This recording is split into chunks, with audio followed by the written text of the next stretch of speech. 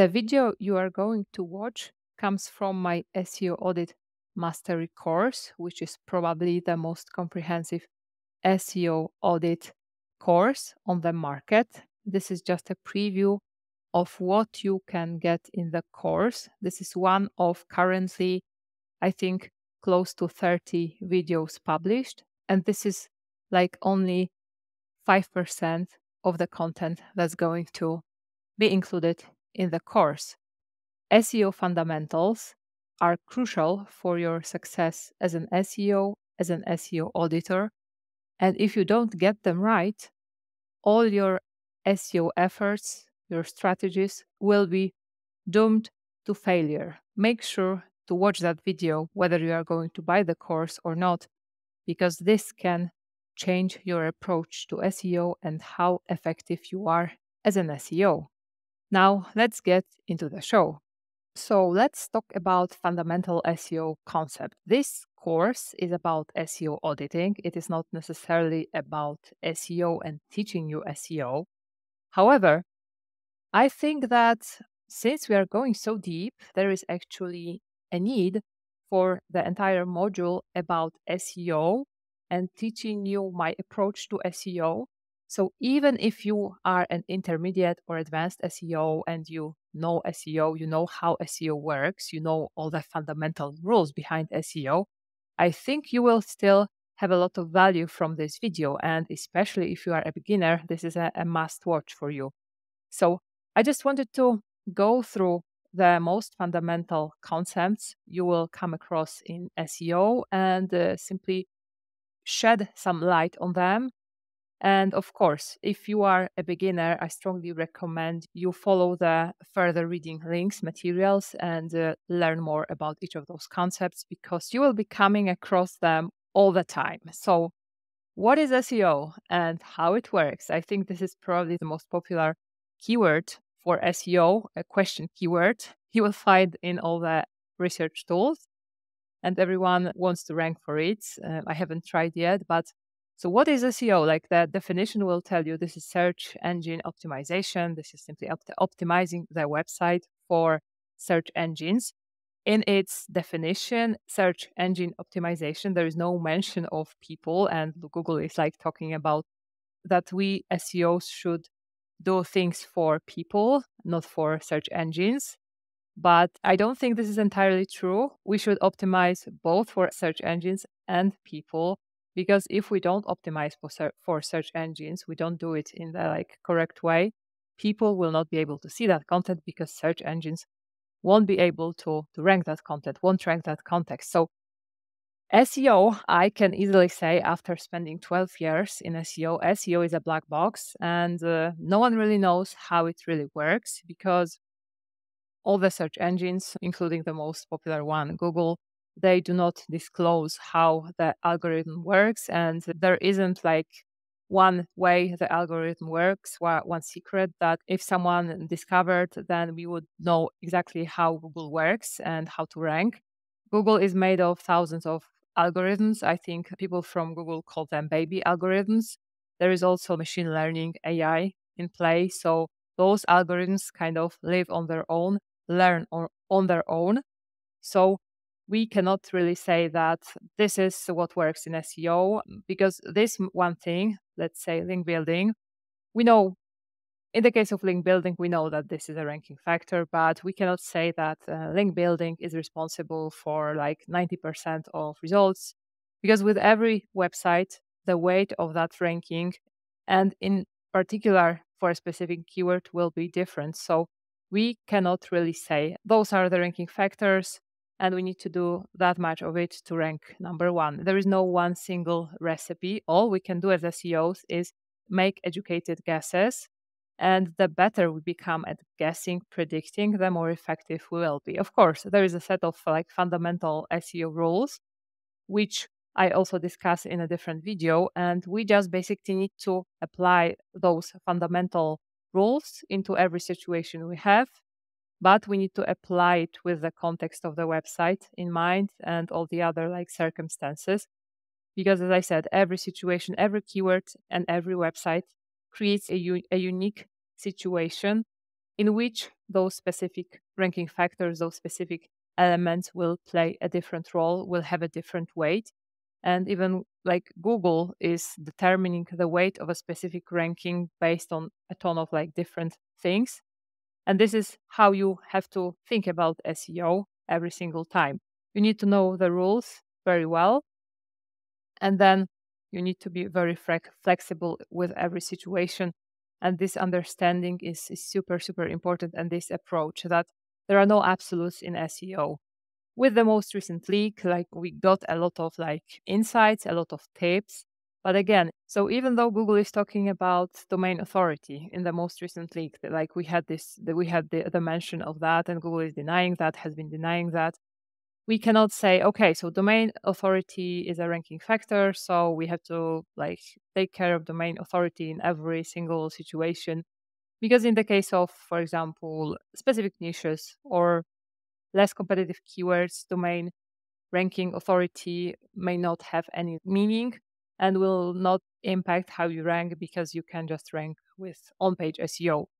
So a brief intro to the fundamental rules, I believe, that work in SEO. They are discussed in a separate video in more detail, but those are on-page SEO. You need to be clear about what a given page is about, and you need to put that information in all the on-page SEO elements that there are that you can control. And there is off-page, which is like external authority signals, which also influence how Google sees your site. So basically, this is the play of off-page and on-page, and you need to balance the two. In some cases, what on-page is more important, in others, off-page. I would say off-page cannot really have any like impact unless your on-page is nailed.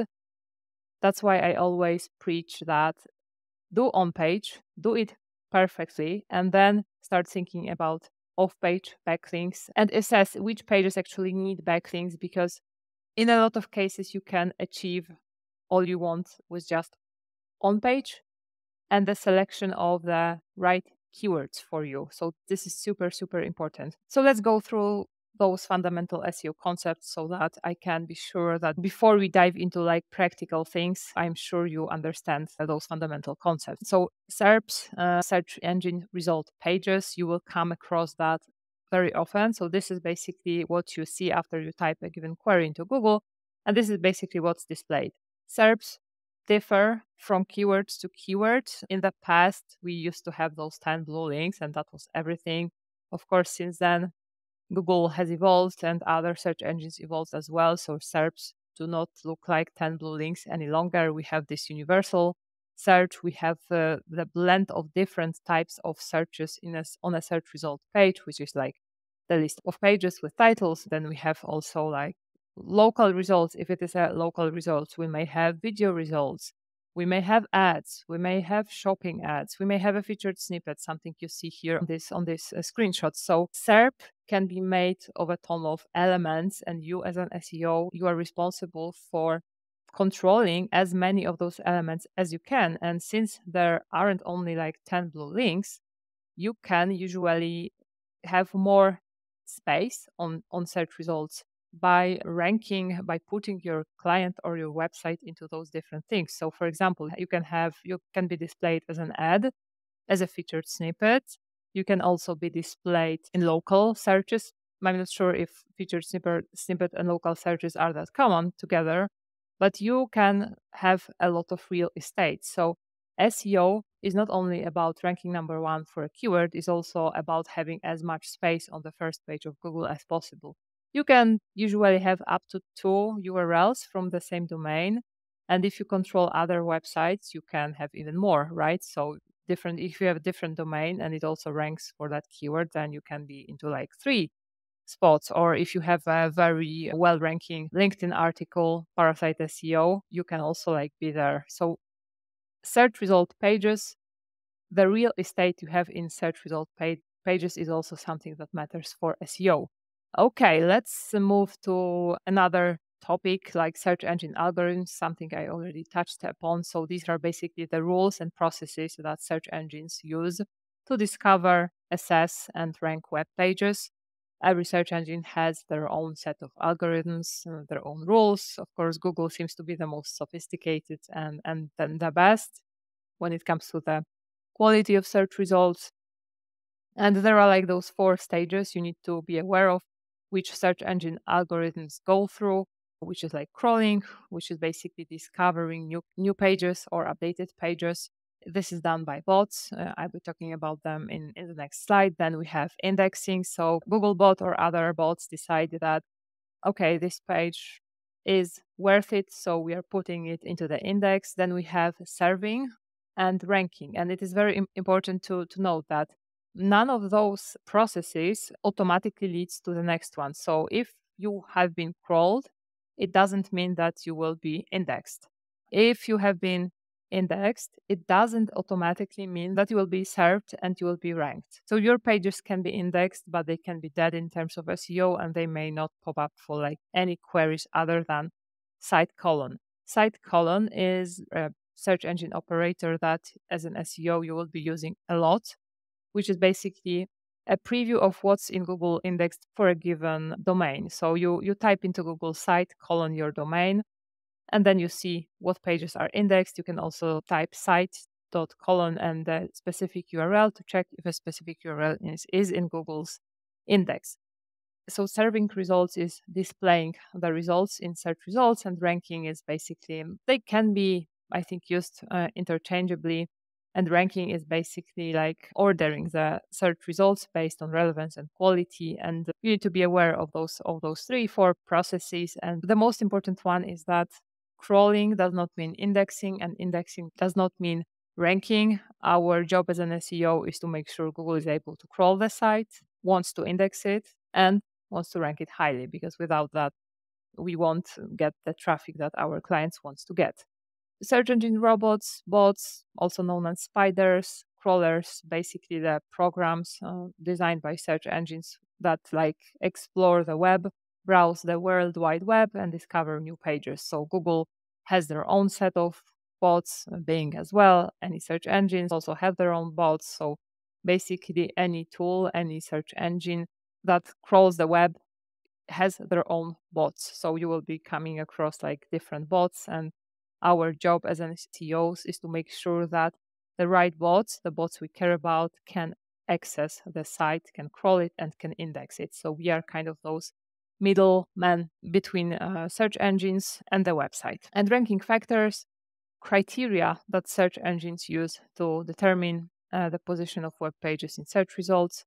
It is not possible to even say how many ranking factors there are in Google. We know that some things are definitely a ranking factor, while others may be a ranking factor. So we know that backlinks are a ranking factor. We know that on-page SEO elements also are a ranking factor, and a ton other things, but we do not know how important they are, because the importance, the weight changes based on a specific query situation, where the user searches from. So a ton of factors can influence the weight of a ranking factor, and you just need to be aware that there are tons of factors, but you cannot say with 100% certainty which ones are the ones that were.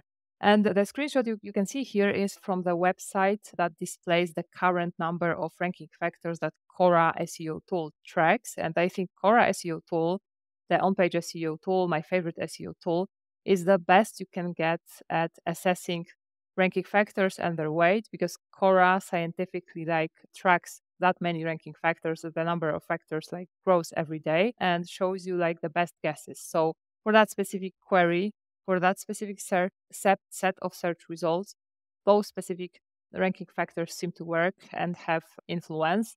And this is the best, absolutely the best guess you can get. And with that, you can say, okay, so Cora is telling me there are those 20 things I can do.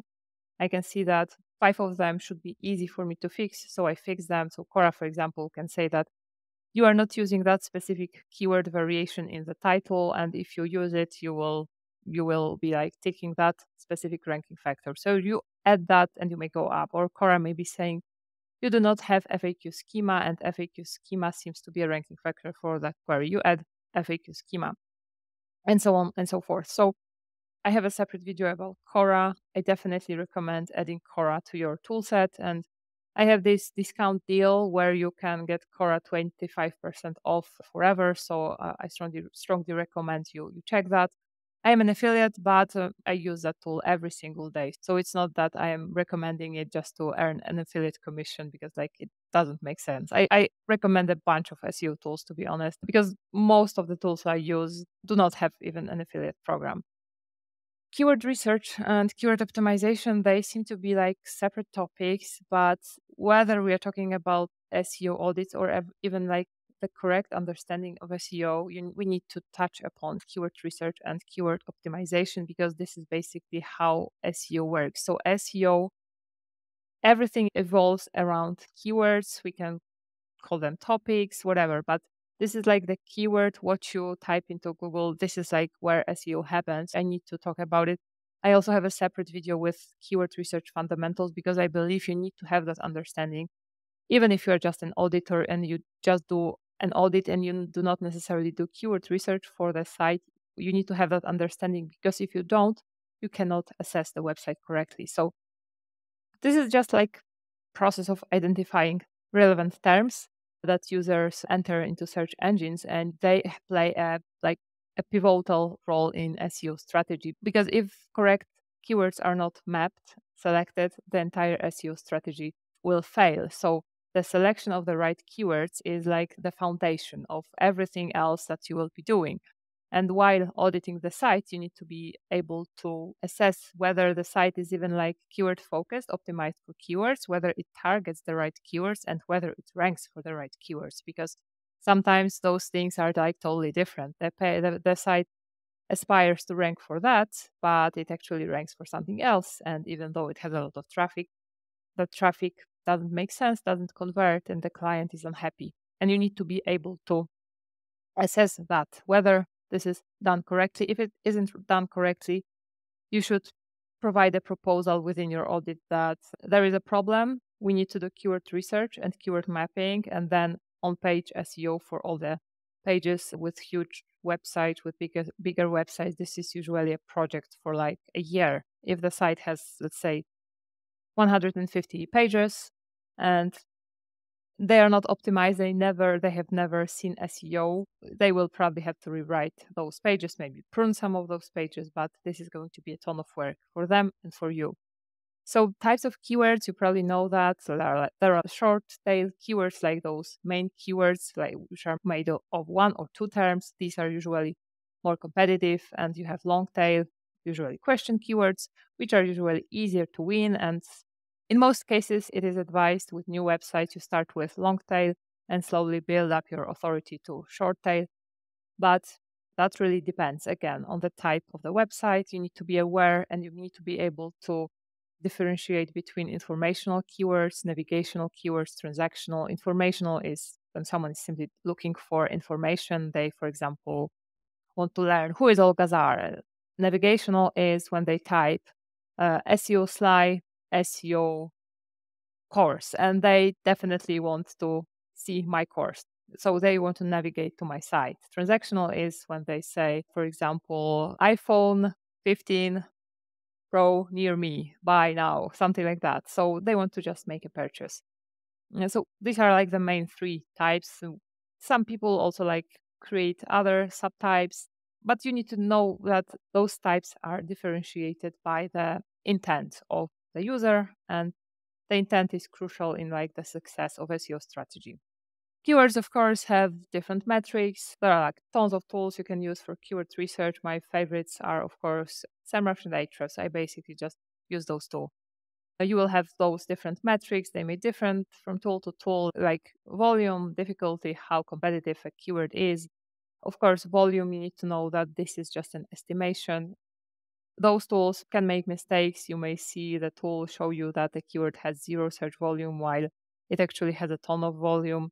Keyword difficulty, it is calculated in different ways depending on the tool, but usually it has to do with how many backlinks websites that rank for that keyword have. The more backlinks they have, the more authority those pages have, the more competitive a keyword will be.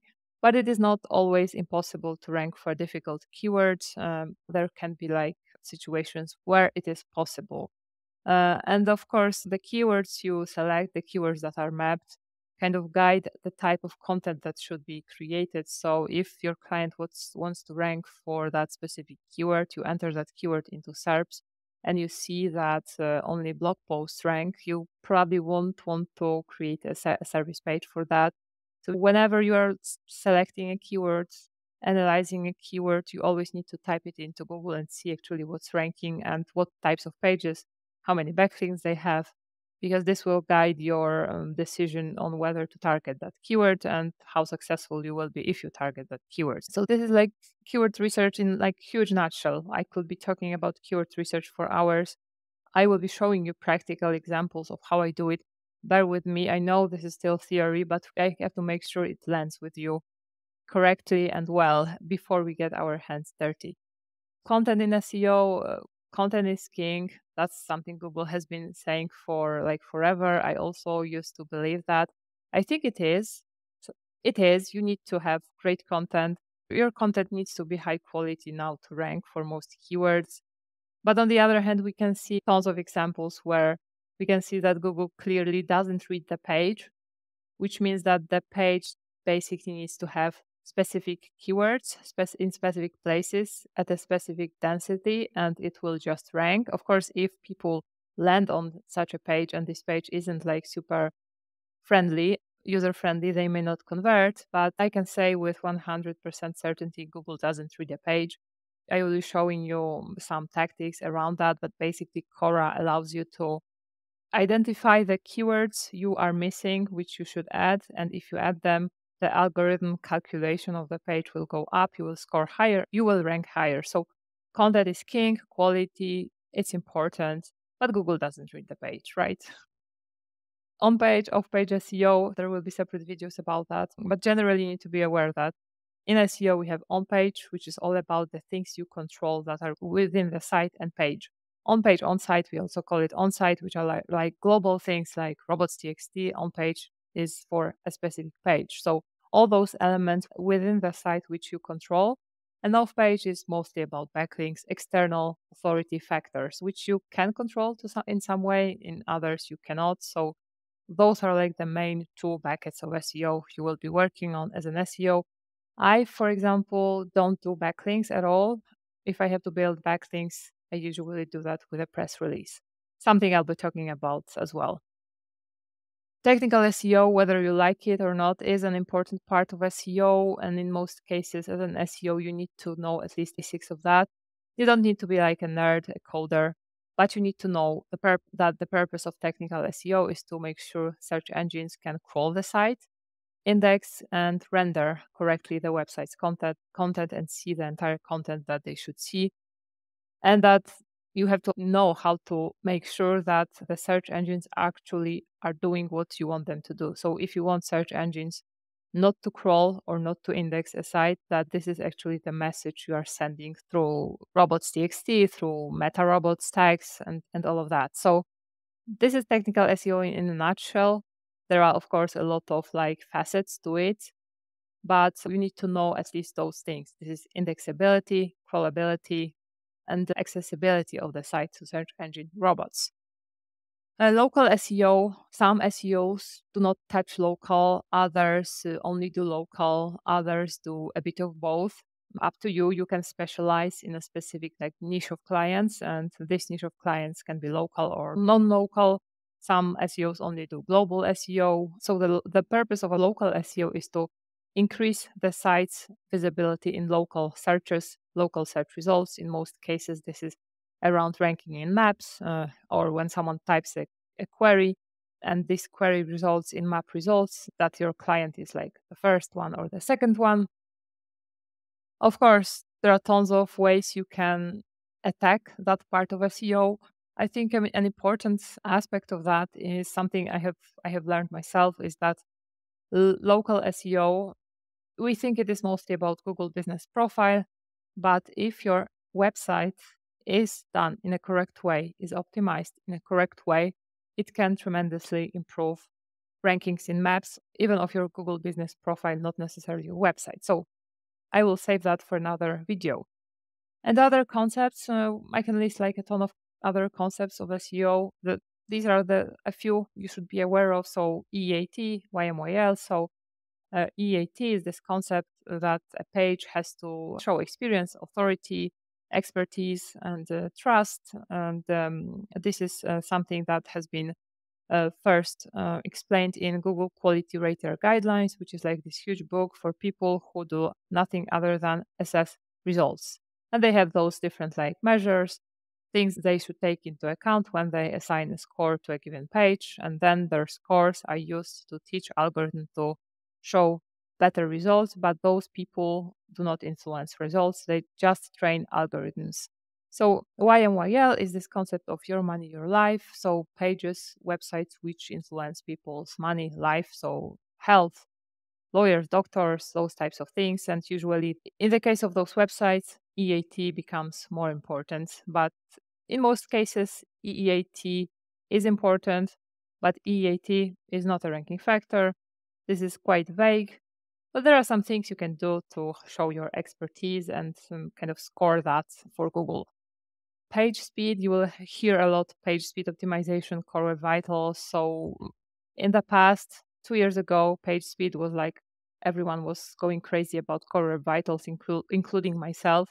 Now, based on my experience, I would say speed is important in that you don't want to have a super slow website that doesn't load for mobile users. You need to know where your users are. If they are actually in some country, in a country where mobile internet is slow, then this is something you should work on. And when assessing speed, core web vitals only look at field data, data coming from real users, which is what you can see in Google Search Console, not what you see in Google page speed test, which is like emulated lab data, which usually has nothing to do with reality.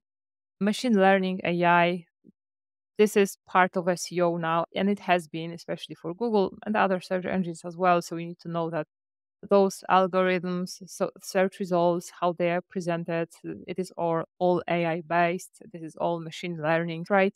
We also hear a lot about semantic SEO, which is basically choosing the terms, putting specific terms, entities on a website, which actually Google understands, because Google understands entities. Entities are the words, usually nouns, which have a page in Wikipedia and are like clearly defined. And semantic SEO is basically about using those, putting them in your content so that Google is 100% sure what a given page is about. In a huge nutshell, user experience. This is also something you will be seeing. Google is talking about that a lot. Google is all about users because Google wants to have happy users. Because if they serve good results, then people will keep coming to Google. So user experience will be popping up. In relation to a website, this is basically making sure the website is easy to navigate. It is like easy for a user to know what they should do, where they should go, where they should click. There are also like professional user experience audits done of websites. They also can make sense for some websites, for some clients.